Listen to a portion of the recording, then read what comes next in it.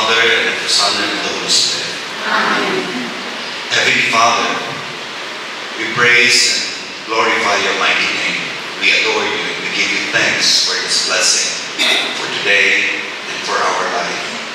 We thank you for gathering us as a community of your people who wants to worship you and glorify you, and who wants to offer ourselves to you. Lord, today we ask you to send forth your Holy Spirit among us, like the experience of our Blessed Virgin Mary and the Apostles, and all those who invoke your name, that we may experience you. Please allow us, especially our hearts, to be sensitive and to realize that you are inviting us to commune with you, to unite with you. Please help us that we may respond to you according to your will. And we ask you to teach us how to pray, because most of the time we really do not know how to communicate with you.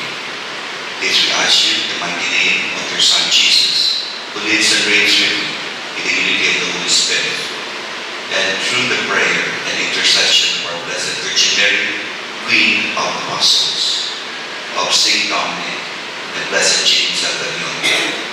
Amen. Hail Mary, full of grace, the Lord is with you.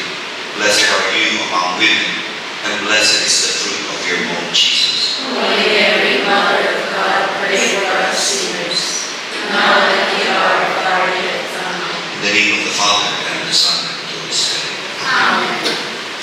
To welcome everyone. Good morning, sisters. Good morning, Father. We are privileged to have Reverend Father Narciso Estrella Omi. He is actually a member of the Taiwan province, but currently he is assigned here in Santo Domingo Priory, at the same time having his pastoral and doctoral studies in UST. So let us welcome our Father Lars for short, Omi. Good morning, sisters. Father. Okay. Thank you, sister, for your introduction. Now po, Father Nars, kasi po may profession. I'm also a nurse by profession.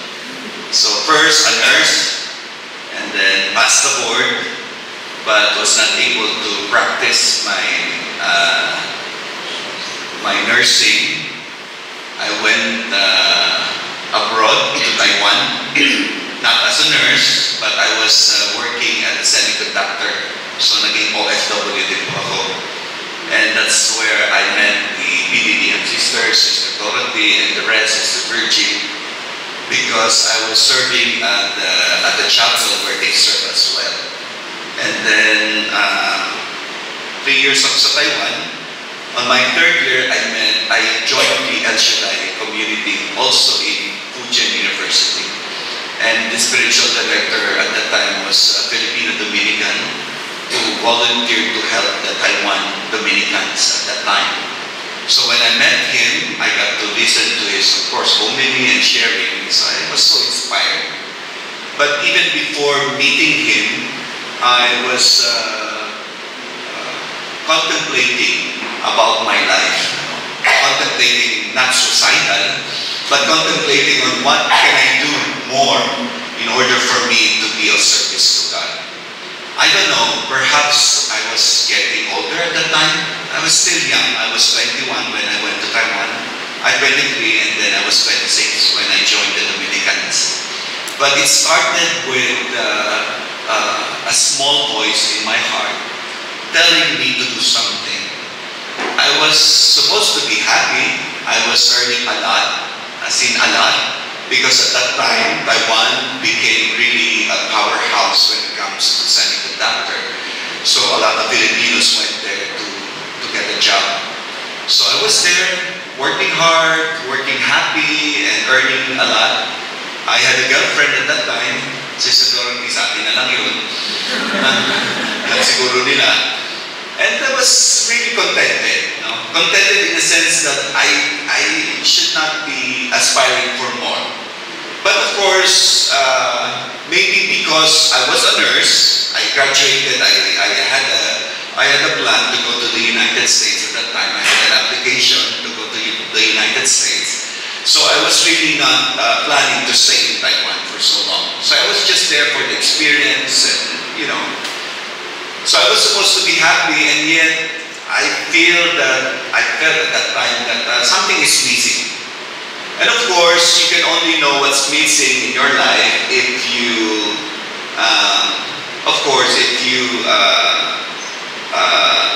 connect it or attune it with what God wants for you.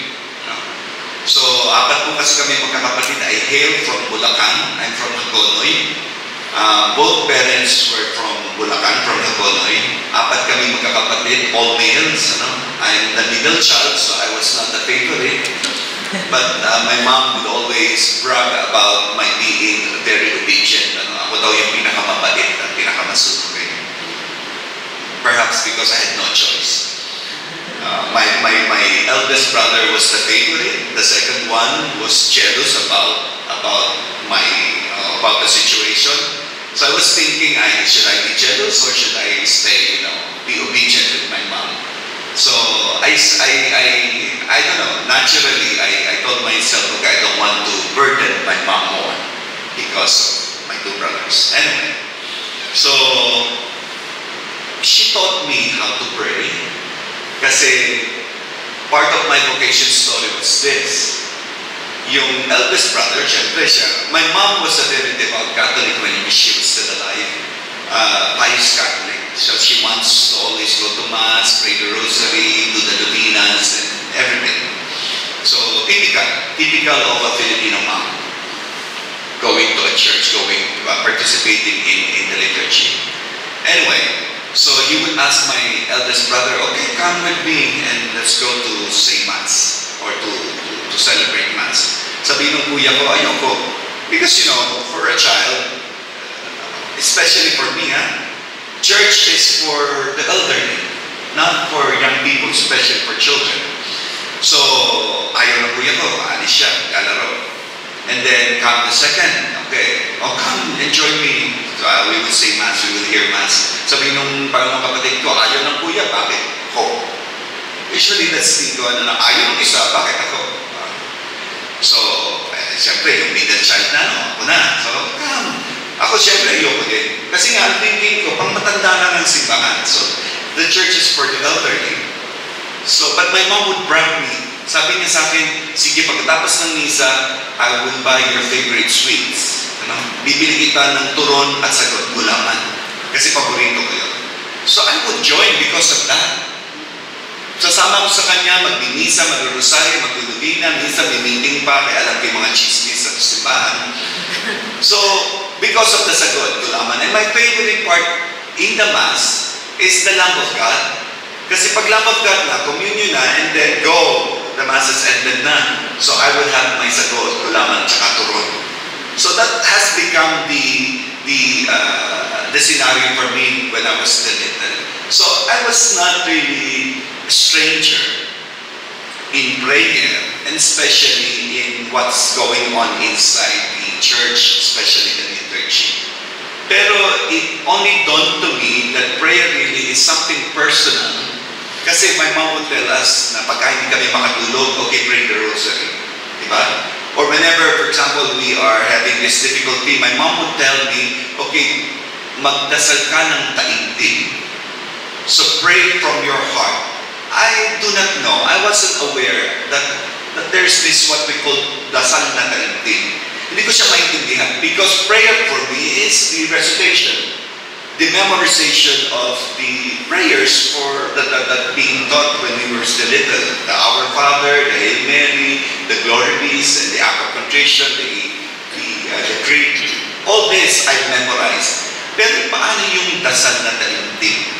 So, it just grew in me na ang dasal pala na taimtim is when you open your heart, not because you want to talk to God.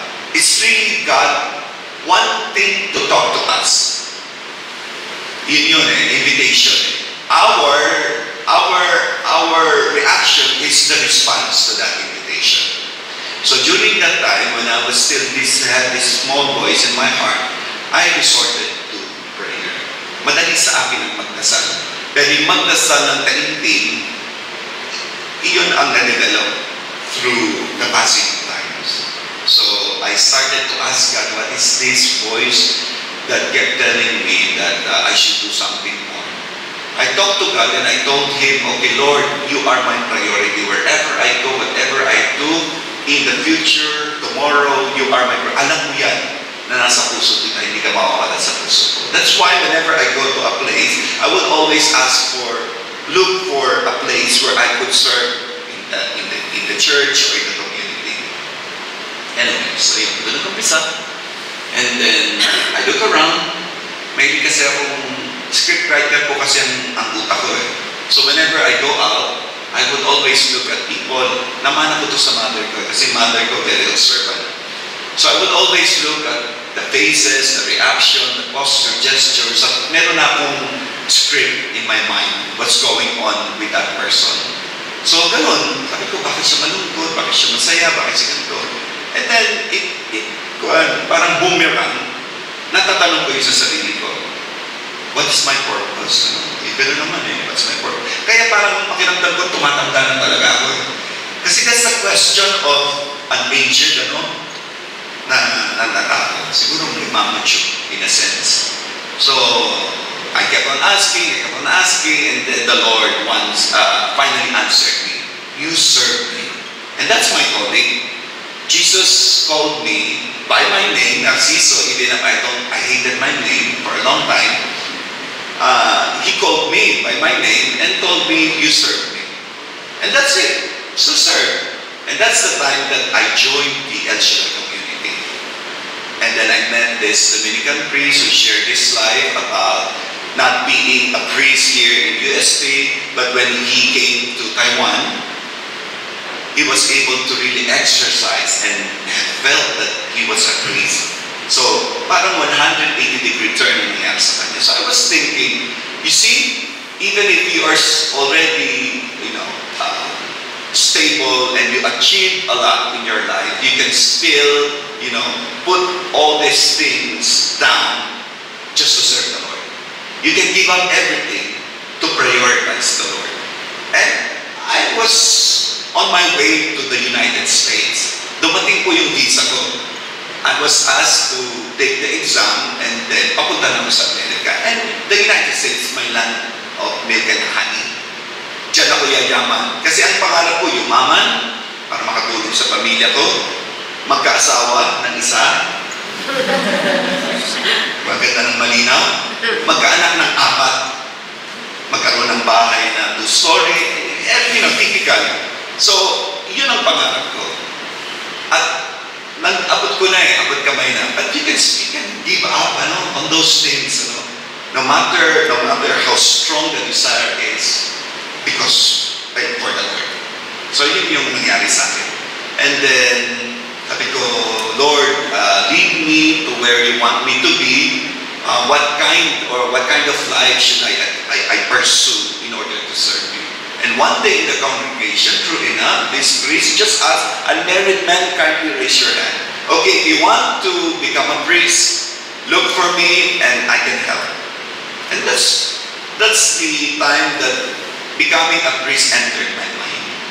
And I took it as God's telling me that this is the way, the path that I want you to pursue in order to serve. So I went back to the Philippines, I did my initial formation here, and then I was sent back to Taiwan in 2004, did the language for 2 years, and did the theology for 3 years. I was ordained there, I got to work, I studied abroad, I went back, studied, ganun naman aral, trabaho. And then I decided, last year, I asked my superior, 3 years ago actually, when I was still a parish priest and the prior of the community, if I could stay in the Philippines only for 2 years. So, para dito ko nagawin yung doctorate ko po kasi sa abroad. So, I transferred dito sa UST. But 2 years ago kasi, my dad was diagnosed with cancer. So I wanted to be near him, at least physically and geographically. Makita ko man lang siya kasi we'll never know. Baka sa Pasko, wala na, either siya o ako. We'll never know. So take the opportunity. My mom passed away when I was 17 years old. She was only 14. But my dad remarried after 2 years of my mom passing. So I have a stepmother, and they adopted a boy kasi hindi na nagkaanak. Pero he also passed away when he was 17 naman. So anyway, so yun yung story na.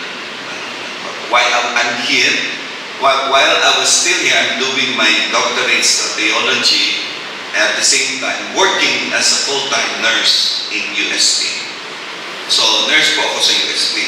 I did all what a regular employee would do. I did the process, the exam, the interview. So regular na ako ngayon, so I'm enjoying the benefits. At ganun pa lang magbayad ng tax ngayon. Nakakalungkot pag nakita mo yung payslip mo, tapos ito yung tax mo. I do commute from Santo Domingo to UST. Nag-jeep ako, nagbaba, so I know the hustle and bustle of the ordinary life. And I'm enjoying it. At first, hindi nila alam na pare ako. Both the employees and the patients. At yun ang nakakatuwa. Because part of my vocation story was that I was a nurse, pero wala akong maikwento when it comes to me being a nurse. Laging puro dun sa after na lang. Ngayon marami na akong maikukwento. Yung masusungit na mayayaman ng mga pasyente at mga bantay, kasi bago Tapos when they found out that I'm a priest, 180 degrees, Father, kamusta po kayo? Sabi, suwi-suwi mo kahapon Father ka dyan. So, all the experiences, and I'm enjoying it, and I thank the Lord for giving me this opportunity. So, at the same time, I'm able to be with my dad at least every Sunday. Kasi tumutulong din po ako sa parish na Paumbong, Bulacan. Dalawang matandang paring nandun, dami nilang misa. Kaya dito ko nararanasan yung nakakapagod na trabaho ng pare. Kasi sa Taiwan, sister, di ba? I'm creating a job for me. As a parish priest, I only have one mass every Sunday sa parish ko.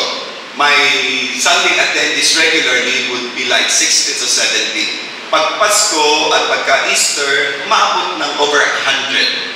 But regular Sunday, 60, 70. Imagine that. And one mass a Sunday. So if I wanted to relax really, antayin ko na lang yung another Sunday. Diba? So I'm creating an activities. Ang dami ko activities, Bible service, nandyan yung mga novenas. Lahat sa gabi kasi they are working. Kasi nga, very minority ang Catholics sa Taiwan. Anyway, dito, napakadami. Nakakapagod. Nakakawala ng boses kasi ang misa ko every Sundays, 3 sunod-sunod ko yun. Sometimes sa parish, sometimes sa barrio. And then I will go back to Manila, come back to Manila, at Santo Domingo naman sa gabi. So Monday, trabaho na, kasi empleyado ka. Hanggang Friday yun. Then Saturday, tulad dito, kung may recollection. So, life is full of blessing. Kailangan lang talaga ng stamina. Kasi, hihina yung resistensya mo from time to time. But the spirit is weak, but the body really is tired. So, pray and pray and pray and pray. Kasi that's the strength that we have actually. Spiritually, pero it will turn out parang ganyan parang sa chemistry nag-metabolize into becoming a physical strength. So yun. Yan, tapos na tayo. So I'm part of the Taiwan Dominicans, kaya yung mga pari dito kakilala ko because I had my initial formation, postulancy, novitiate, and then 2 years sa Santo Domingo, I did my AD philosophy. So after nun, ayun, pumunta naman ang Taiwan. So it's nice to be back. Nakikilala ko yung mga younger generations, and at the same time, hindi ko na kailangan mag-Chinese. Tatagalog na ako ngayon, tsaka English. Because when I was in Taiwan, all Chinese, kaya nahirap. Pagka kami nanla si Sir Dorothy, nakikita-kita, doon lang ako pag-Tagalog. Yeah. So yun. Punta na tayo sa topic. Baka mauwi sa akin eh. Okay. So, paano ako na-invite dito? Through Sister Ruth, nagpagawa kasi ako dito sa Antipolo ng imahe ni San Jose at saka ng Our Lady of the Rosary. Nung nagawa na, I was promised na siya na mag-ship, pero nagkasakit. So nung natapos na kami na lang mag-ship, so naging problema kaya malaki. So how to ship an image to Taiwan, alam ko experience, so I kinulit to Sister Virgin kasi nga, he had the experience. So she introduced me to Sister Ruth, na nung time na yun, naging counselor pala ng inyong provincial name. So, nagkakaroon kami ng communication hanggang sa salamat sa Diyos na padala na nandun na sa parish namin yung St. Joseph at saka yung Blessed Virgin Mary. So, sinamantala na rin ni Sister na imbitahan ako ngayon. Supposedly September, naging July, naging May. So, I'm here. At napakaganda nung binigay niya sa akin na topic, prayer today, a challenge to overcome. A challenge to overcome.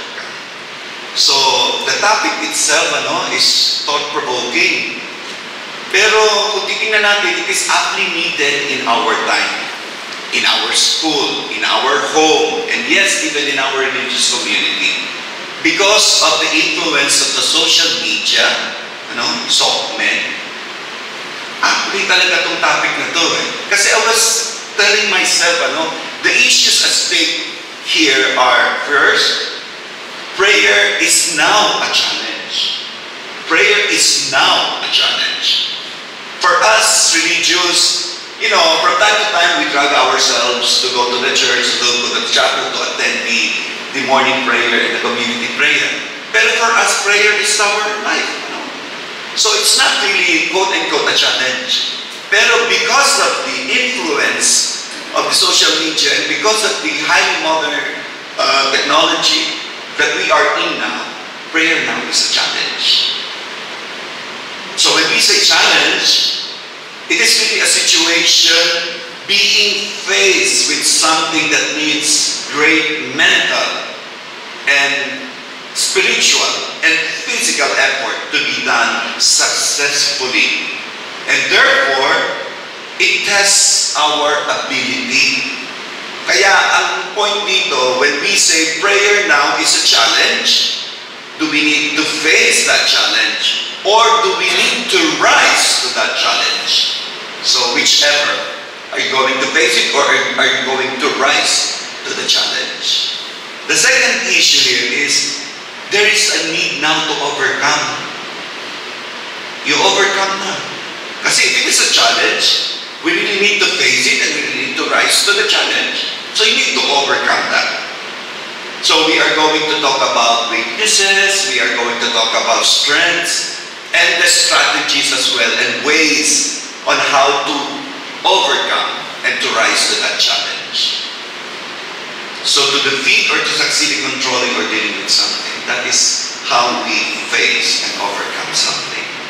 And the third issue is, it's not really, for me, the question of overcoming.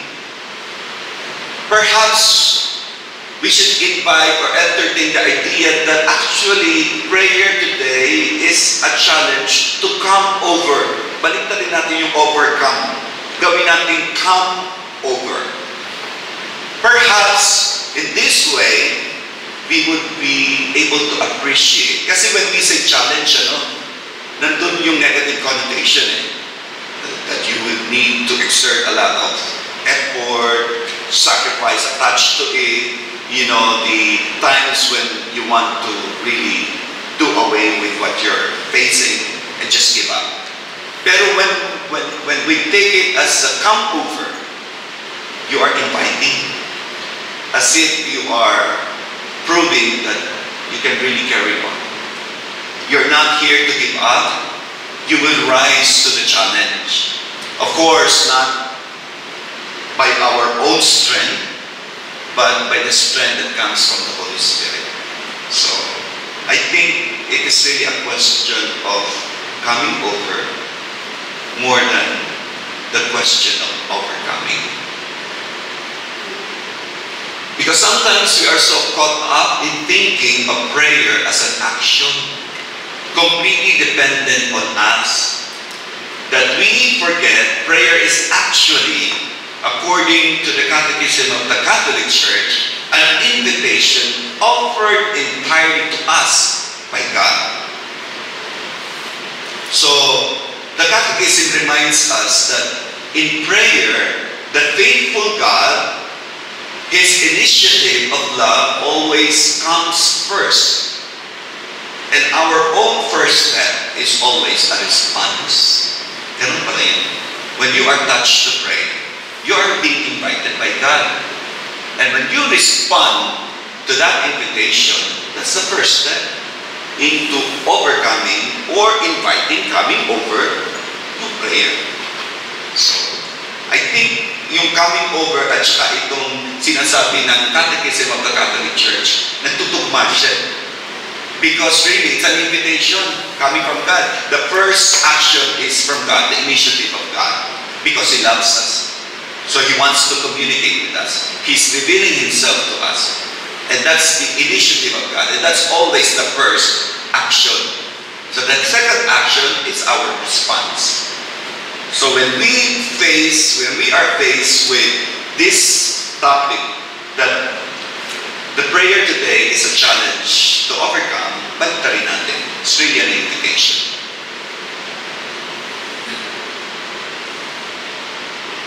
In fact, only when we humbly acknowledge that we do not know how to pray as we ought, are we ready to receive freely the gift of prayer. Catechism of the Catholic Church din yan, 2259. Kaya, dun sa scriptures, sa Gospel ni St. Luke, chapter 11, verse 1, the disciples asked Jesus, teach us how to pray. Teach us how to pray. Do you still remember when you asked somebody to teach you how to pray? Tayo pa ang nangingi o tayo ang tinuruan? Paano ba nangyari? Una muna tayo tuturuan, di ba? O magdasal ka. I don't know, from which country are you? From? Tonga. Pacific. Tonga. Tonga. Tonga. Tonga. T. T.O. Pacific Ocean. Solomon. Do you have this tradition that when you fail to sleep, your mother would tell you to pray the rosary? Do you have it in your household? Oh, Father, but we'll give the week first. Okay.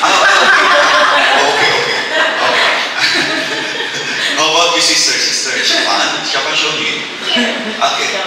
Do you have that in your household when you cannot fall asleep?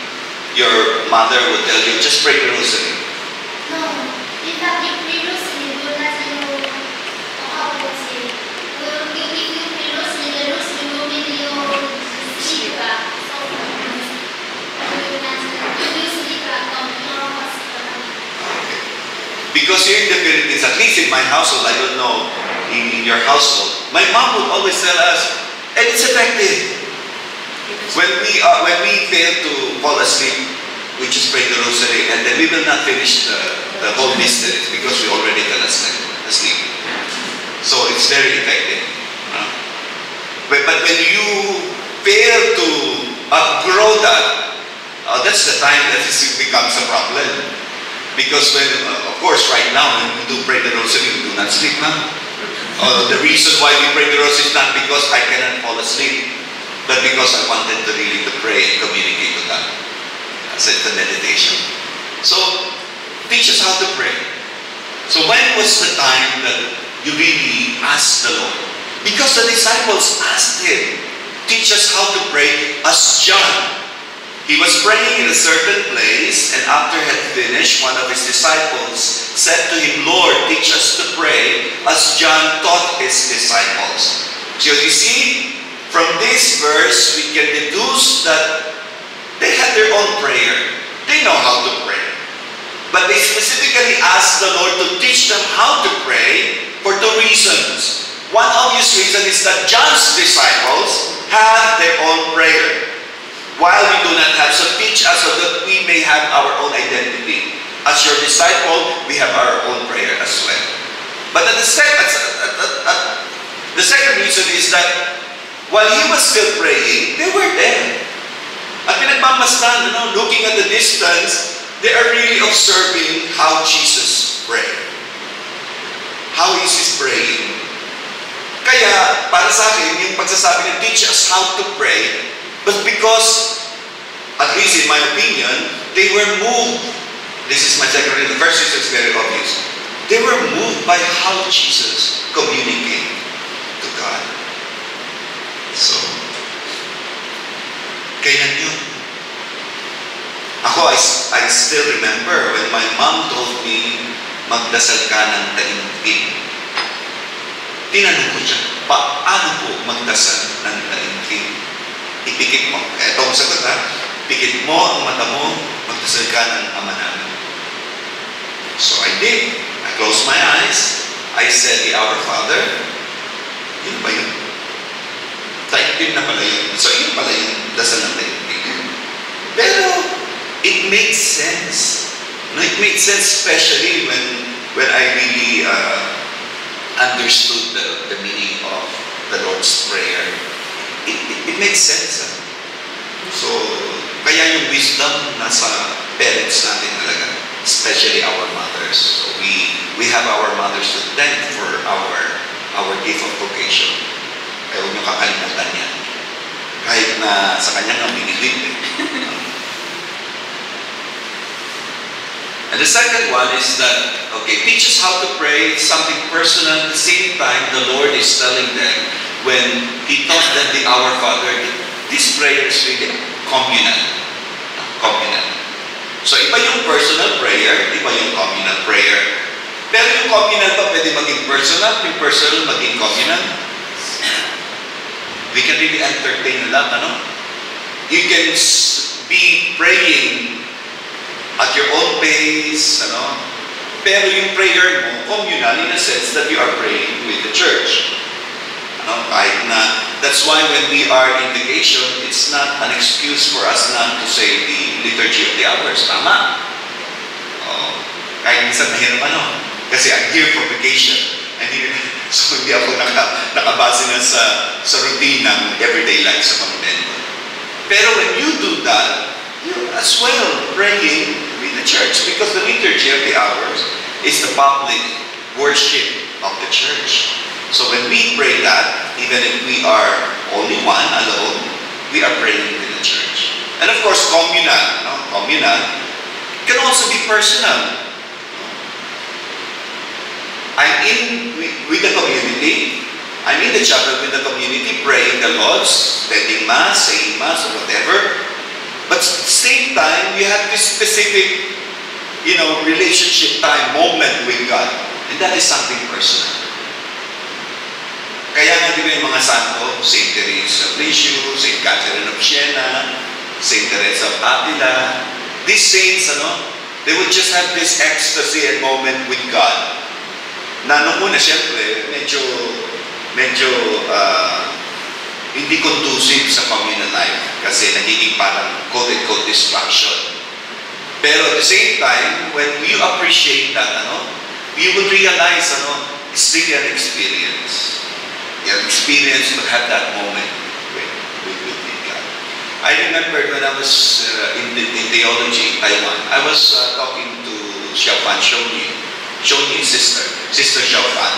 Huwag Xiaofan, ha? Xiaofan is sinangag, Xiao is little, Ganun kasi sila yung little Joy, o Little Mary, o so Xiaofan. Yan ang mga nickname. Hindi rin yun para sa mga hindi rin. Huwag yung Xiaofan. Kasi sinangag yun. Sa Chowking. Nasa na ako. Yun. So when I was studying theology in Mandarin, talagang pinagpawisan ako ng dugo nun. Parang pinako sa krus nun. Yun ang experience ko. But when I got used to it, na nakapag-adjust na ako, yun yung may moment talaga din when studying becomes a prayer to you. maintindihan mo siya in a way that's not really intellectual, not only intellectual, but there is a spiritual meaning behind the intellectuality of what you're studying. So may mga ganun akong moments na nagpa-praise the Lord, hallelujah ko. Kasi something dawned in me na nakuha ko doon sa sinabi ni Professor. So even in that moment, you have this personal connection and communication with God. So even when we are praying as a community in the chapel, we can also make this, it can also happen that this becomes personal. So it's not a matter of personal versus communal or communal versus personal. It's a prayer. Okay. So the Lord goes on to teach the disciples that to say the words of the prayer is only the beginning. They will also need persistence when they pray, as the parable he tells them demonstrates. Why do the disciples need to know this? Yun nga ang punto eh. Alam niyo ba mga Hudyo kung ilang beses nagdadasal? At least 6, no? Kaya nga meron silang first hour, second hour, third hour, hanggang 9th hour, nagdadasal yan. Kaya yung sa mga charismatic, El Shaddai, the Muslims, they have their particular hour when they pray. So they know how to pray. And when they pray, they chant. Kaya pagka napunta kayo sa Israel, huwag muna ngayon, kasi because of the war. Pero when you get the chance, try to go out early morning. Kahit kahit nandun lang kayo sa room nyo, you can hear, Of course, if you are in the Muslim part, Muslim region, marinig nyo, umpisa na yan, dasal nila. Pero on the other side, marinig nyo naman yung mga Hudyo na nagdadasal din. It's a very beautiful feeling that they will chant. They will chant. I was in Egypt when I was still a seminarian. Nagkaroon kami ng common study doon. And then we visited this Christian Orthodox. We attended the liturgy. Napakahaba lang, tsaka puro usok. They chant while they incense. So talagang hindi mo makikita yung katabi mo because puro usok talaga yun. The chanting was very beautiful. So nakaka-afflict ng soul. While you pray, the smoke from the incense is that prayer going up. Kaya nga going up eh. Napanood niyo ba yung The Two Popes? Have you watched The Two Popes? Yung kay St. Benedict, tsaka kay Pope Benedict, tsaka kay Pope Francis, movie nila. When he was deciding, the late Pope Benedict, he decided to stand down. Nagsinti siya ng kandila. Di ba yung usok hindi pataas, pababa? Yun. So yung mga ganong mga instances tayo. So, why do the disciples need to know this? Na bakit kailangan pa nilang mag-aral ng isa pang dasal? Why is persistence in prayer very important? Why doesn't God grant answers to prayers as soon as they are prayed? When we think about it, persistence in prayer can bear much good fruit. First, it tests our faith. We ask ourselves if we believe God, that He hears and cares about us. Even though this can be disturbing, it forces us to ask the right questions. So huwag kayong matakot na magtanong. Huwag kayong matakot na mag-express sa Diyos ng mga nararamdaman niyo. No? Walang tabu except cursing God. Okay? Do not curse God. You can be angry, but not angry at God. No? You can express your emotion. Galing po ako ngayon. Nagtatampo po ako. And that's fine. Kasi diba, ano ba yung fragrant na prayer sa Diyos? Yung dasal ng mga bata. And why is that? Because the prayer of little children are pure. Comes from the heart. Yun ang ibig sabihin ng pagiging pure. It comes from the heart. So, even if that can be disturbing, because it can affect you intellectually and spiritually. When you are always angry, when you are always, parang dilly-dallying, dragging yourself every time to go to church, forcing yourself, even forcing yourself to pray, kahit walang lumalabas, kahit wala kang nararamdaman. But just because you are part of the community, you have to attend the choir. you have to attend the communal prayer. Even that, and though it is disturbing, at least you are asking the right question. Gusto ng Diyos yun. Hindi naman matamat ang Diyos. Hindi naman siya magbibig muna, tapos let me tell you what you want. Then, as we must wait and ask again, we increasingly understand how utterly dependent we are on Him. At first, dryness. Lord, bakit ako nagkakaganito? Wala akong masabi sa iyo. Dasal. At first, ganun, disturbing. At least tinanong mo yung tamang question. Bakit nga ba wala? And then as you go on, bakit nga ba wala? Di ba? Hindi na nakafocus kayo sa you are forcing yourself. You are trying to find a solution. Why is it that you are forcing yourself to pray? At doon mo malalaman, okay, I give up. I'm dependent on you. Lord, teach me how to pray. Lord, send your Holy Spirit and give me the grace to pray to you.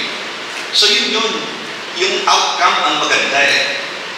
Yung process, very difficult, burning sensation, pero the outcome is very good. Kasi ngayon alam mo na kaya pala ako hindi makapagdasal ng maayos at walang lumalabas kasi I'm depending on myself.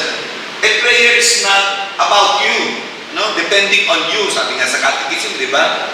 It is God's initiative. The person is God's initiative. So perhaps, really, when you continue to ask questions, and that is the time that you submit to Him that, okay, Lord, I'm dependent on you. So teach me how to pray. That I have little control, that you are in control.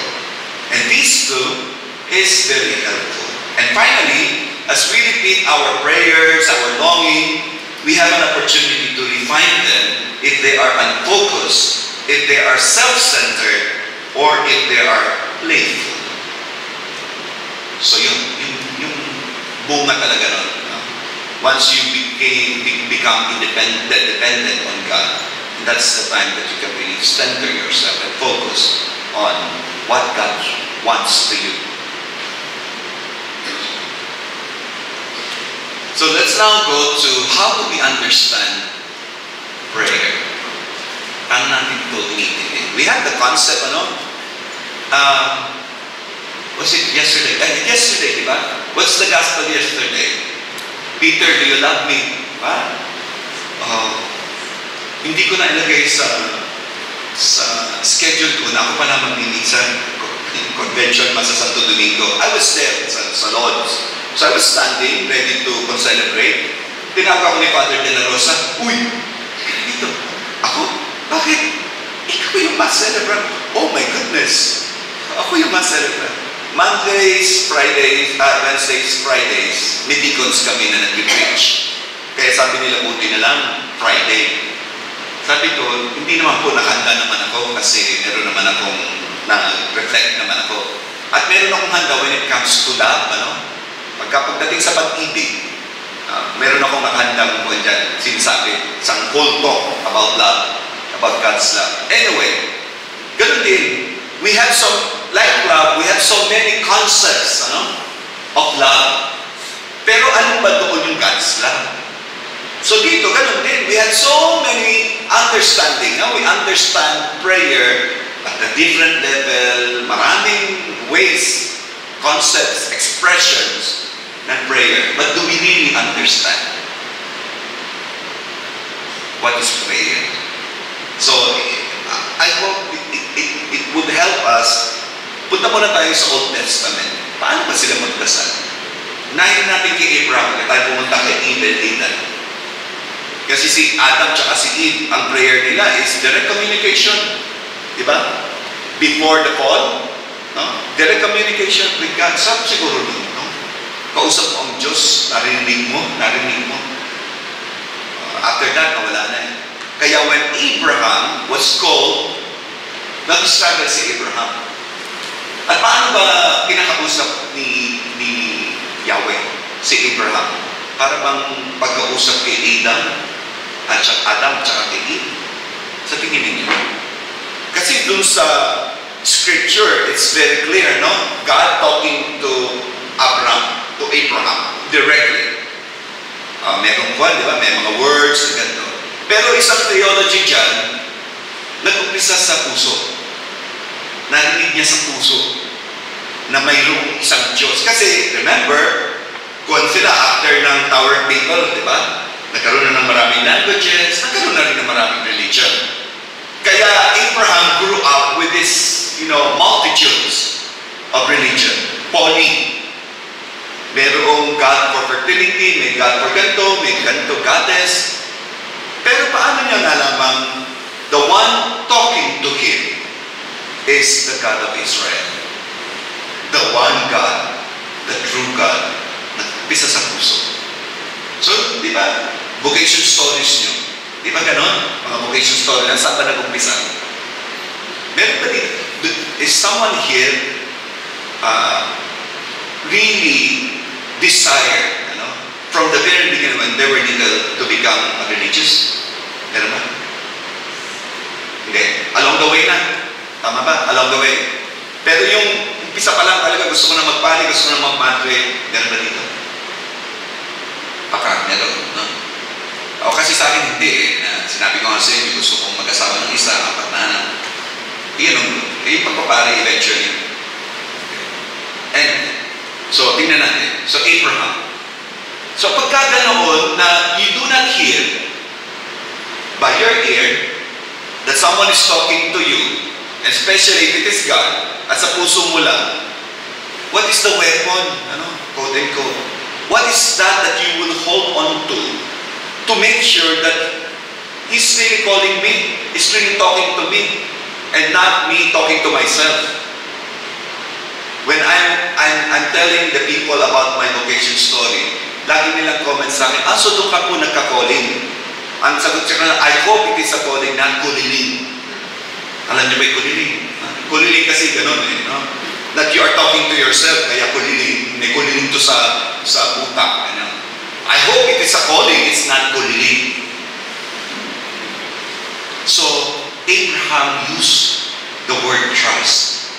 He trusted, especially when Yahweh told him, leave your place, leave your parents behind and go to a place where I will point you to go. Alam mo lang sinabi na pumunta ka ng Antipolo doon sa mga bibigyan. Dahil na sinabing gano'n, go to a place where, so yung mga gano'ng calling ba yun o kuliling? So he struggled a lot. Pero what keeps him attached to that calling is because he trusted. When his surroundings are untrustworthy, hindi na. Kasi na-realize niya, idols itong mga to. There should be someone whom I could put and give my trust to. Yun ang nag-hold sa kanya. So prayer, when in the Old Testament, the scripture started with that. Trust. It's the same until today. Pangalawa, tingnan natin si Hannah. Si Hannah, di ba? She was ridiculed for being barren. She prayed, crying out loud. Do not forget me, Lord. So that kind of prayer is also very important when we want to understand really how to pray. Supplication. Yun nga lang ang problema, kadalasan, ito sinasabi ko sa mga tao, do not pray like you are always asking, 24 hours asking the Lord to supply you all your needs. Alam niya yung pangangailangan nyo. Matuto naman kayong makipag-usap na hindi naman puro hingi. Matuto rin naman kayo magbigay. Pero that's prayer, supplication. And that's Hannah. Tingnan natin si David. So when David was confronted by the prophet regarding his crime. Ito kasi Pope Benedict si Pope Francis napakahigpit Kasi the sexual abuse now of minors is not just a sin, a moral sin. It's now also a crime. Kaya nga nakukulong kaya nga nagpabayad ng damage kasi crime na siya. Dati kasi moral sins, kaya we do therapy, we do something. Ngayon, crime na. Si David ganun din. Hindi lang moral sin yun, crime. Kasi hindi lang adultery ang ginawa niya. He's a murderer. Remember, pinapatay niya si Uriah just to be with the wife. That's Bathsheba. So what is that? Anong nangyari kay David? What prayer did he utter? Di ba yung prayer natin na 51? Psalm 51? In your kindness blot out my offense. O wash me more from my guilt. Sinners, ang nakakapagtaka, to you alone have I sinned. Di ba? Sa Diyos lang tayo nagkakasala. Paano sa iyo at sa akin? Hindi kami nagkasala sa akin. Paano si Uriah? Paano si Bathsheba? Yun. Anything that we do against our brothers and sisters, we do it against God. So sa Diyos pa rin ang punta. So walang problema sa prayer kasi kinag-question nila And so, it is the prayer of repentance. So punta tayo sa New Testament. Look at our Blessed Mother. Kaya mailalaban niyo si Mama Mary sa mga protestante at sa mga hindi naniniwala sa kanila. Why she is the Queen of the Apostles, why she's the Mother of God, not just the Mother of Jesus. Kasi bakit? Tingnan natin kung alam lang na talaga yung misteryo dito sa Annunciation. First, she was full of grace. She is full of grace. Alam niyo ba yung nabigyan kayo ng grasya? Di ba? Ang saya-saya mo dahil may grasya kang natanggap. Paano pa kung full? Di ba? Fullness ng grasya ng Diyos nasa iyo. Na kay Maria. Kaya nga, there is no moment in time that Mary was separated from God. Walang moment na separate siya. Kaya blessed, virgin, immaculate, full of grace. Lahat ng title na pwede mo ibigay sa kanya. And that's why she's very powerful. And Satan, and the demons are running away pagka si Mama Mary na dyan. Kasi wala kang ma-pinpoint sa kanya na meron siyang dot, even the tiniest, na pintas sa kanya. Kasi full of grace siya, and that means na walang moment ng time na separate siya sa Diyos. Ang sarap yata na makipag-usap sa Diyos. Minsan, di ba, may ganun tayong moment, ang sarap, malapit-lapit ng Diyos. And then we wanted to be with God na nga, di ba? Do you want to go now? Later. Pero a lot of times, ang layo natin sa Kanya. Pero yung moment na yun, we treasure that and we don't forget that easily. Kasi that's a very beautiful thing. Paano pa kaya yung walang moment na yun? And that's why the saints struggle. And we are struggling that hopefully we will be united with God in every moment of our life. Kaya merong purgatorio. Kasi yun yung pagdudusa natin sa purgatorio, being disunited away from God. So si Mama Mary uses her humility and her obedience to respond to the invitation of God. And then we have Joseph, our blessed Joseph. Hindi nagsalita, di ba? So even in silence, even if you're not talking, just listening, you will be able to really understand how prayer works. And then we have the apostles. As I have mentioned, teach us how to pray. The Lord taught them how to pray the Lord's Prayer. The early Christian community, how they pray is that they break the bread as a community. Not just as a community, mind you, a community of one mind and heart to God. Sa Acts of the Apostles, hindi ba yun naman ang purpose ng every religious community?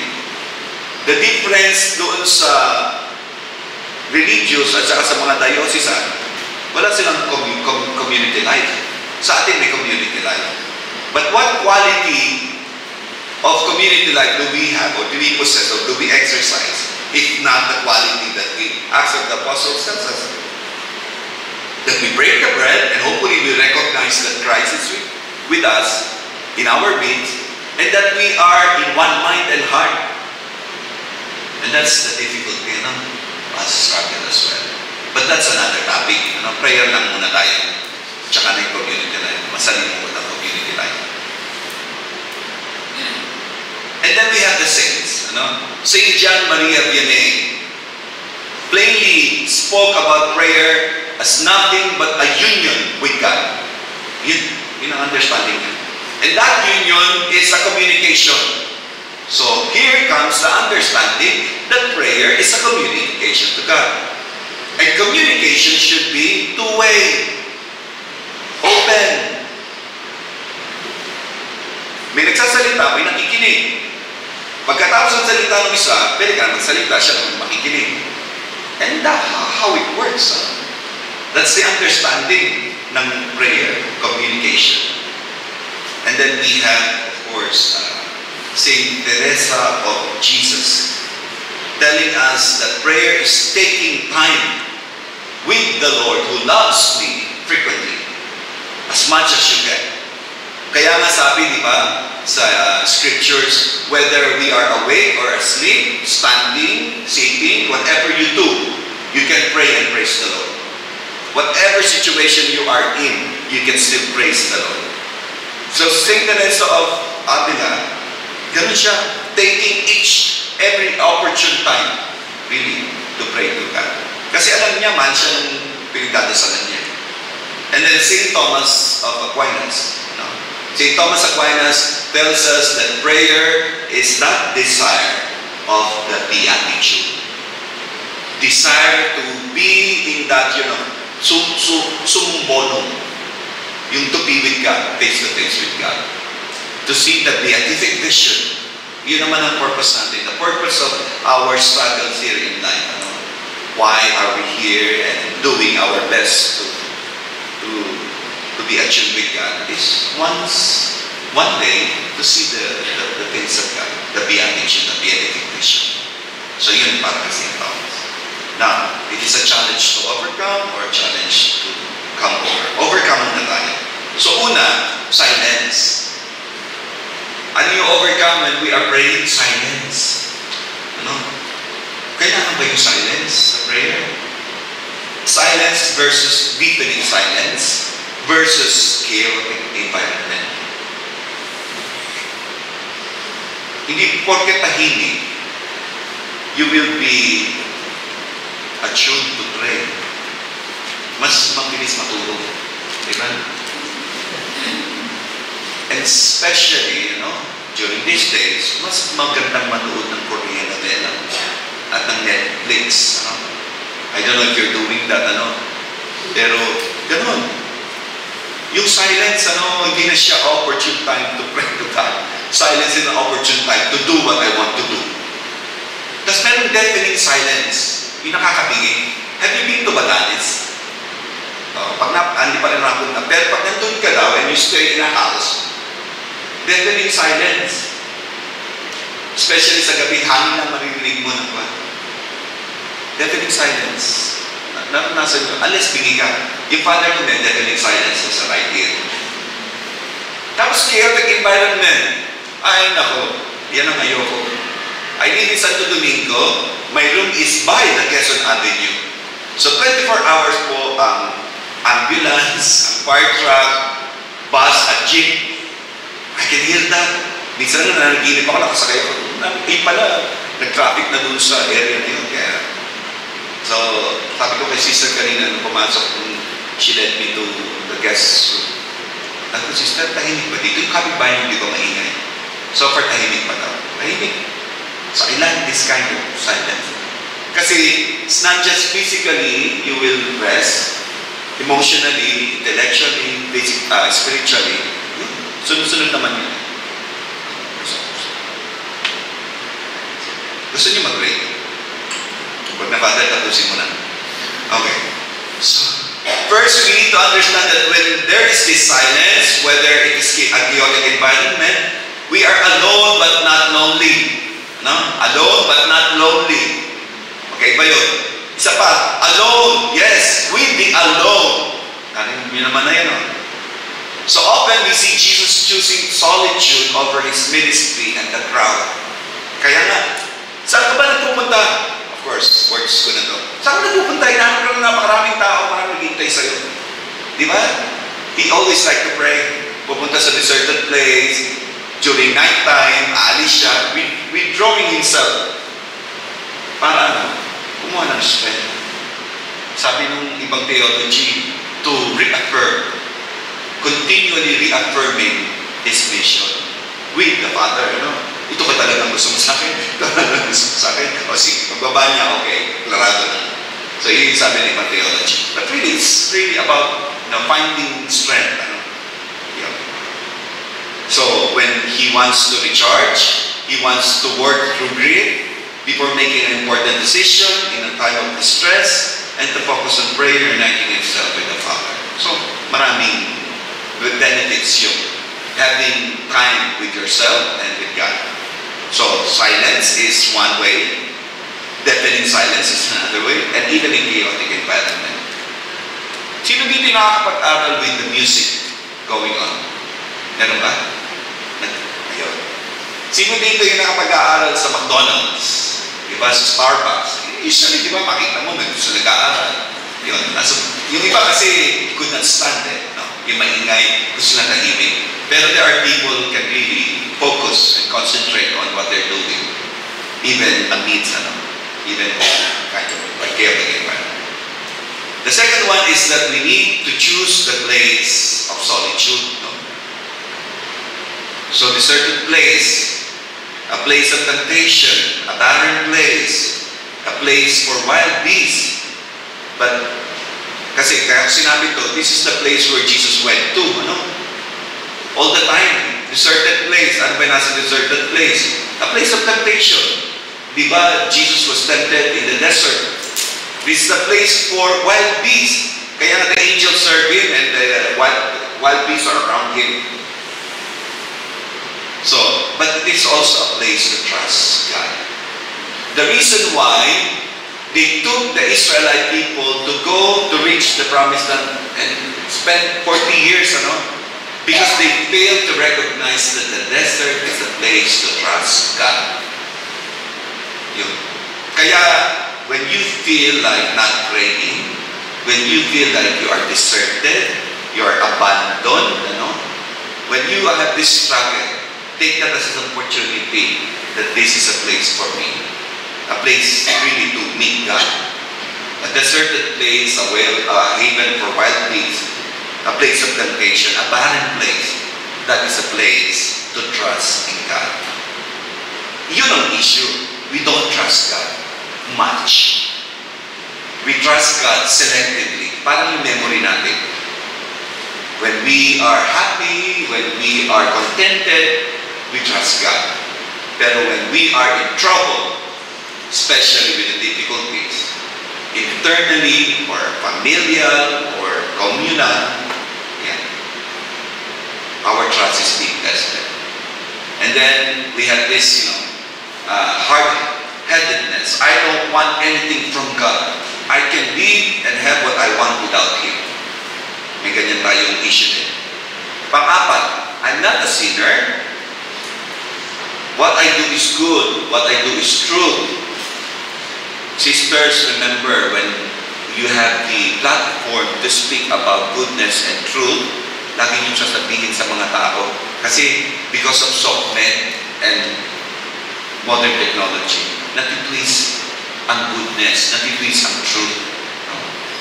Yung masama, nagiging mabuti na. Di ba? Yung kasinungalingan, nagiging katotohanan. Busit na busit ako dyan. Because they have the power, the politicians and the show business people, they have the power to influence other people. Pero natitwist nila yung truth, natitwist nila yung goodness. Kung kayo nag-YouTube, di ba pagka ang pinag-uusapan na prayer, homily, reflection about theology, about our faith, ang views 153, 500. Kung medyo sikat kang pare, magiging 1,000, 2,000. Pero kumanta lang yung isa na Amerikana na hindi naman marunong kumanta, hindi naman magaling sumayaw, 25 million, 60 million ang views. And they have the power to influence other people. Lalaki sa lalaki, nagsasama na. Babae sa babae, nagsasama na. Magpapalit ng Sex change, babae na raw, lalaki na daw. Society is telling us that this is true. And that is good. Sabi ko, mga hunghang, mali yan. So sabi ko, kita niyo yan, baka may nagdidingi dyan sa inyo. O mababash na ako. Tatakot ba ako? Hindi. Kasi alam ko ang totoo. Alam ko ang tama. O anong basihan? Yun. Ang basihan nila ng tama at mabuti, according dito sa mga influential people. Pero ang basihan natin ng goodness and truth, if it is pleasing to God. Dapat pleasing sa Diyos. According to the will of God. This goodness and this truth depends on whether it is attuned with the will of God. And how are we going to know that? Yun. Magbasa kayo ng Biblia, sabi ko sa kanila. Read the Bible, read the Scriptures. What are the words in the Scriptures are telling us about truth and goodness? Pag yung sinasabi nila against dito sa sinasabi sa Biblia, that is not pleasing to God. Pangalawa, sabi ko, listen and study with the church, the teachings of the Catholic Church. Yung tinuturo ng simbahan. Yung ganun yun. Doon yung malalaman na pleasing sa Diyos, yung truth and goodness. And sometimes we are also affected by that. Pang-anim, babbling, hingi dito, hingi doon. Usual sa mga, especially sa mga tao sa labas. And then memorization or lip service, memorization. Doon naman nag-umpisa yun, memorization, lip service. Ako, pag wala na talaga akong madasal, Our Father, yung personal na, of course, beautiful prayer. Pero pag wala na akong madasal, sometimes you are tired, really, just say the Our Father from your heart. Memorization. I think, papasayo sa Diyos. Then to lock oneself inside the room. Worse, does not pray at all. Nung na-officiate kami, nung na-office ako, isang kanobis ko, pari siya, lumabas ng Dominican, pero naging diocesan priest. Hindi sumama sa morning prayer namin. Tapos sabi nung, hinanap siya ng novice master, ano nangyari sa'yo? Sakit ka ba? Wala po. Na-extend ang tulog mo, yes po. Tapos ba't hindi sumama sa dasal? Hindi po ba sabi nung sa scripture, you close your door, go inside your room, close your door, and pray to your Father alone? Nakutusan siya. Nakapasa naman, nakapag-profess, pero eventually, nagtaya siya. So sometimes, we are also locking ourselves inside the room of regret, sentiments, room of anger, room of, that we separate ourselves from God. We are busy as a bee. I couldn't imagine yung trabaho ng mga counselors. Couldn't imagine yung trabaho ng mga formators. Even yung sa kitchen, lahat na yan. Busy as a bee tayo, especially if we like what we're doing. Ayun, nakakalimutan na natin na magdasal. Nagiging excuse minsan, di ba? Communal prayer ng rosary, communal prayer ng ganito. Dahil galing sa school, galing sa ganito, hindi na kapagdasal. Ang katwiran natin, ginagawa ko naman to para sa community, ginagawa ko sa congregation. Dasal na rin to. Mali yun. Hindi tama yun. Dasal is communal dasal. Trabaho is trabaho. Kasi, mind you, magiging habit na hindi ka na magdadasal. Doon ka na nakapokus. So, temptation yun. So, para sa akin, ang sinanay ko sarili ko nung kasi chaplain ako sa school, nagkakasabay yung prayer ng rosary tsaka meron akong inasikaso sa school kasi paghapon na, tapos sa klase doon lang ako bibigay ng mga Bible class, ganyan. Time ng prayer. Yun. Stop muna, inayos ko yung odds dito para I force myself, kasi napansin ko sarili ko, excuse na siya. Anong namimiss mo doon? Yung prayer? Sabi mo nga, dasal naman itong ginagawa mo. Really, namimiss mo yung moment na yun, being with God and being with the community. Yun. Napakalaking bagay nun. If I'm a diocesan priest, pwede pa. Pero religious tayo, may community life tayo. And our community life is being supported by our prayer life. Kaya hindi siya magka-separate. And then our temporal desire. So we are not alone. Pwede pa kayo? Okay lang kayo? Sige. Pag-usapan natin si St. Teresa of Avila. According to St. Teresa of Avila, alam naman natin that she's one of the great spiritual masters. Prayer is a matter of coming into living contact with Jesus. Living contact. No? Living contact. It's not just recitation and repetition.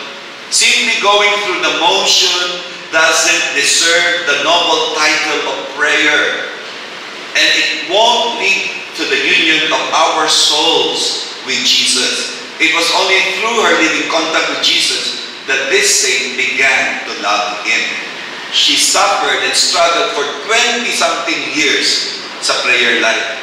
Yan yun, 20-something years, madly na siya noon. Pero kita niyo naman, naging one of the great saints and doctors of the church.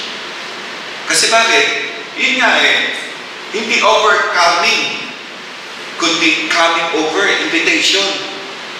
Pagka inaccept natin yun, when we respond to the invitation of God, that's no longer overcoming the struggles, but coming over to the invitation. So before she started praying with sincerity and devotion, she was typically preoccupied with waiting for her allotted prayer time to end and listening for the striking of the clock. Parang ako sa misa, di ba? Lapag na. Lapit na. Alam nyo, when I was born, nung time na yun, my mom has only one rule sa father ko. Magsisimba tayo as a family tuwing linggo. So, my mom, dad, kaming 4 magkakapatid. Kukurutin kami niyan kasi lalaro, ganyan. So, kung sino yung nasa dulo, mas okay kasi malayo Alam niyo ginagawa ko para iwas sa ganon? Minemorize ko yung Eucharistic prayer. Kaya maliit pa lang ako, sinasabayan ko na yung parin. Kasi na memorize ko, magaling ako sa memorization, so memorize ko na siya. So, sabi, sa prayer, memorization is not enough. Kasi it's soul to soul. No? Yung soul na natin, hindi na yung ating basang mind, kundi yung soul na natin ang magkakaroon ng union with Jesus and living contact with Him. So St. Teresa was like preoccupied lagi. So she spent more than 18 years hindi 20 years, 18 years struggling in her prayer, pulled between conversing with God and being caught up in the activities of the world. Tita Lola, Hail Mary, Panginoong Maria, oy, sinaing, pakitignan. Nasaan na ako? I grew up with that as well, with my Lola.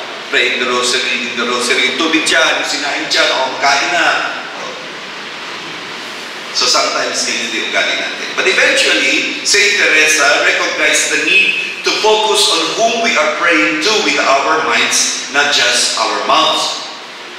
Sabi niya sa Interior Castle, na sinulat niya, if a person does not think of whom he is addressing and what he is asking for and who it is that is asking and of whom he is asking it, I do not consider that he is praying at all, even though he be constantly moving his lips.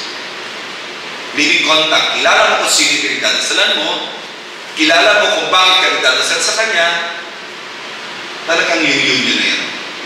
Kesa dun sa Our Father, Hail Mary. And in the book she wrote, especially for the young sisters of her order, The Way of Perfection, she begs them not to address God while they are thinking of other things. So, hindi ka magdadasal pagka marami ka pang preoccupations. Ganun pala, no? Pwede pala yun, no? Na, okay, I will be going to the Liturgy of the Hours, to the community prayer. Handa naman ako. Idea yun, araw-araw ba ganun? Hindi, sometimes really, we drag ourselves to go to the choir. Napakahirap nun. Pero, you can do that if you know whom you are talking to. Kung kilala mo talaga kung sino. So, Teresa also compares a person's relationship to Jesus with a woman's relationship to her husband. A good wife knows her husband. She understands him, cares for him, and is attentive to him. When he speaks to her, she listens. And when she speaks to him, she knows the person she's talking to. Because of their personal knowledge, their conversations have the potential to be more than just empty exchanges of words. So similarly, if a soul knows Jesus, understands Him, cares about Him, and is attentive to Him, then prayer can be truly meaningful. And at the root of prayer is that relationship of love. Relationship of love. Kaya yung iba, no? And this is also dangerous, they don't want to leave the chapel. They don't want to leave the prayer life. No, kasi they're so united, quote unquote, so united with Jesus. Pero dangerous kasi, tingnan naman yun, baka mamaya, medyo psychological na yan. Tatagalogin ko na lang, si Chopin ba, sanay naman Tagalog. Hindi kasi meron kaming isang pare, nung seminarista pa siya, akong master of students, napansin ko na siya na mahilig mag-fasting, mahilig parang mag-ecstasy lang, bilang nasa church, chapel, ganyan. So I talked to him and told him to balance, ano? Huwag masyadong kakain ka. Tapos yung dasal, may time tayo magdasal, may personal time, dapat mag-aaral din, dapat ito.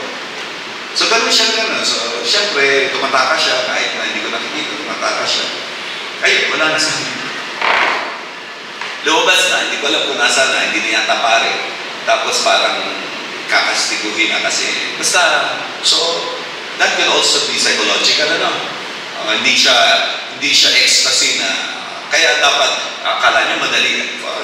All the formalities, it's not easy to be, the job of the formator is not easy. Really, it's not easy. Kaya, from time to time, understand your superiors, understand your mistresses and masters. Because it's not really easy to handle people.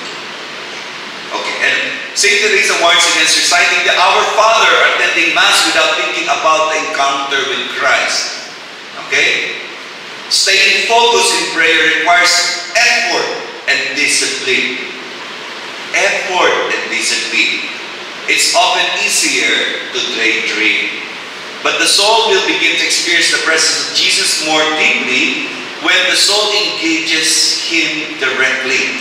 So Saint Teresa refers to the early stages of prayer as frequent solitary conversation with Him who, as we know, loves us. Frequent.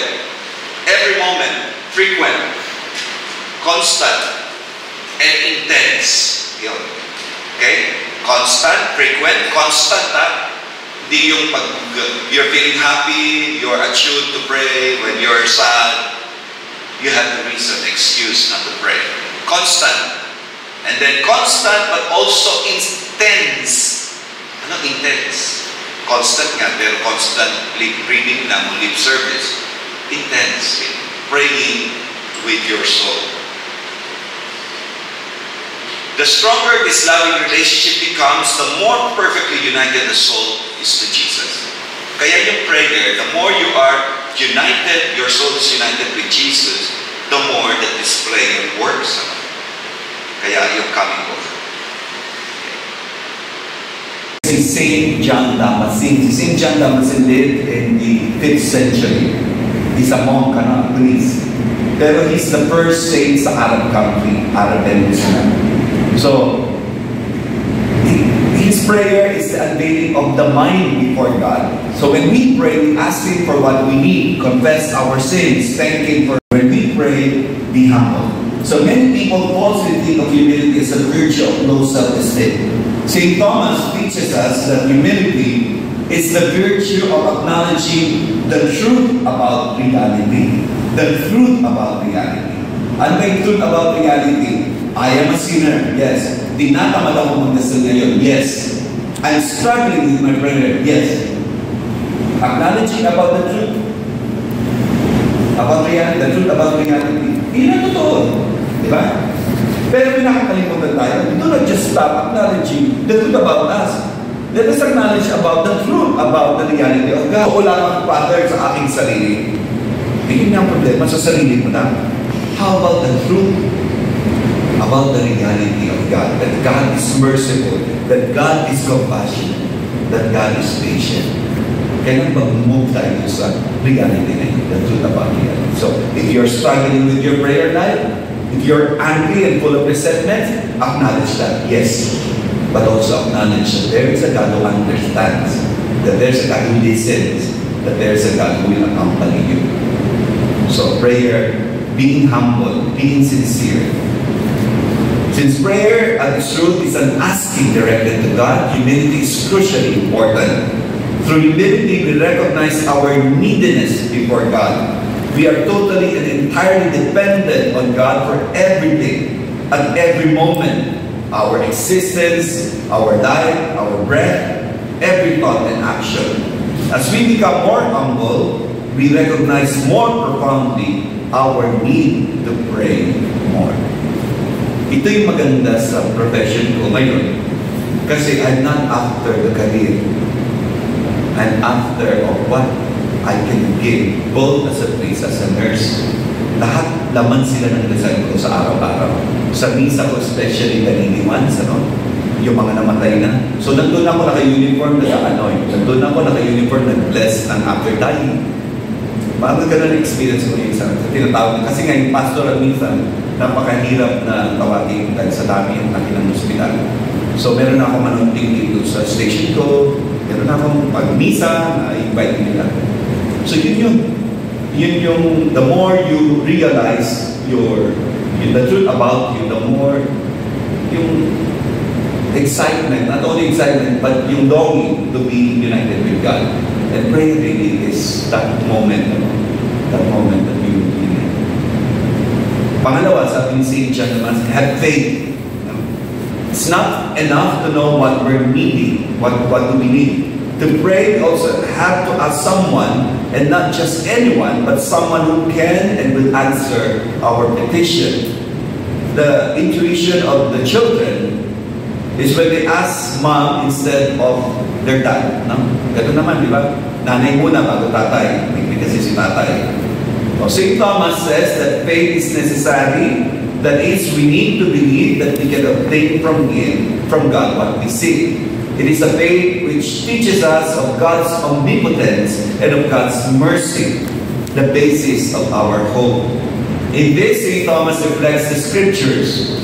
The epistle to the Hebrews underlines the necessity of faith, saying, whoever would draw near to God must believe that He exists and that He rewards those who seek Him. So try praying with an act of faith. Di ba nung bata tayo, tinuruan nila act of faith, mga dasal. Number 3, we pray before praying. Pray before praying. Hindi yung mag-pray mo tayo, bakit tayo pumunta sa communal prayer. Pray before praying. Kasi doon sa old breviaries natin, di ba may breviary tayo? Meron tayong makikita doon small prayer that begins with, open, O Lord, my mouth to bless your holy name. Cleanse to my heart from all vain, perverse, and extraneous thoughts. So, sometimes we find it amusing, na meron palang prescribed prayers before the prescribed prayers. So, parang you are praying, preparing yourself to pray. Medyo confusing, pero yun eh. Di ba? Sa atin na yan, Lord, open my lips and my mouth shall declare your praise.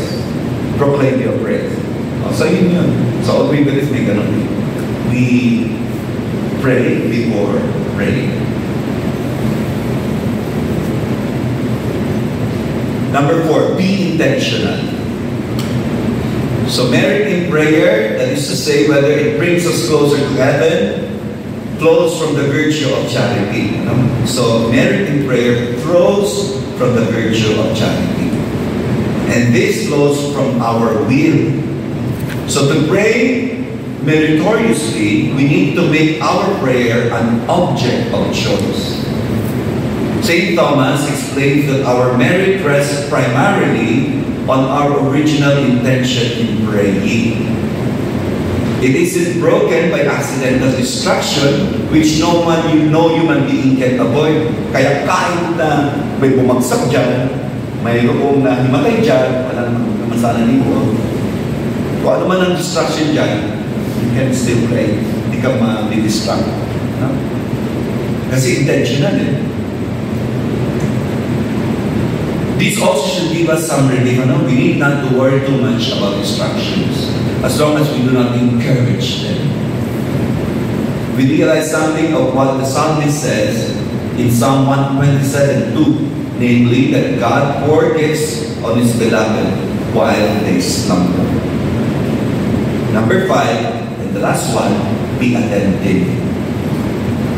Although strictly we need only be intentional and not also perfectly attentive to merit by our prayer, it is nevertheless true that our attention is important. When our minds are filled with actual attention to God, our hearts too are inflamed with desire of Him. St. Thomas explains that spiritual refreshment of the soul comes chiefly from being attentive to God in prayer. And in the Psalm 27:8, it is your face, O Lord, that I seek. So in prayer, let us never cease to search for His face. So always seek God. So in conclusion, my dear sisters, because our topic is prayer today, a challenge to overcome. Practical. Una, don't freak out. No? Don't freak out. Pagka wala ka nga sa mood, hindi ka, parang wala lumalabas, parang hirap, struggling really. Struggle is true. No? Kung coffee is life, struggle is true. Part of life. So don't freak out. Stay calm. Hindi katapusan ng mundo. At naiintindihan ng Diyos. It's not the end of the world. God understands. Alam niyo ang susunod na dapat gawin? Pag kami ganun, slow down. Slow down. Paano kung mag-slow down? So matulog ka. Huwag naman doon sa misa ha. Huwag sa misa. Slow down, relax, try to. Kasi kuwan po hindi ba pagka sinabing, okay, I wish as Sister Fatima, happy birthday po. Birthday. Naman sa ba? Wish natin sa kanya, one of the wishes, good health, ano? Ano ba yung health? Define health. Physically, emotionally, socially, mentally, psychologically, yan ang health. Physically is one aspect of health. So when we wish someone good health, all facets ng health ang gagawin natin. Ganun sa prayer. Ganun ang pag-slow down. Kasi sometimes you only deal with God emotionally. Akala mo emotional lang yan Pero it affects your social life, your mental life, your spiritual life. So slow down. Slow down. And then after mo mag-slow down, do not slumber, Sabi nga, constant and intense, keep going. Sabi nga, natin ko lang, kaya pagka kayo nagbabrowse ng YouTube, minsan may mga shorts, something, YouTube shorts, ganyan. Pwedeng dumaan, hindi pwedeng tumambay. Pwedeng dumaan, pero hindi pwedeng tumambay. So the same thing with prayer. Pwedeng mag-slow down ha. Hindi namin minto. Slow down and then keep going. Kasi bakit mag-slow down? Kailangan mag-minor kasi pababa ka. Kailangan mag-minor kasi mataas ka. But you need to keep going. Prayer life is also like that. So struggle is real, strong. Really, do not underestimate that. Pero our God is stronger. Reality, acknowledging the truth about our reality, situation that we are in, iba-iba tayo. Pero also acknowledge the reality about God.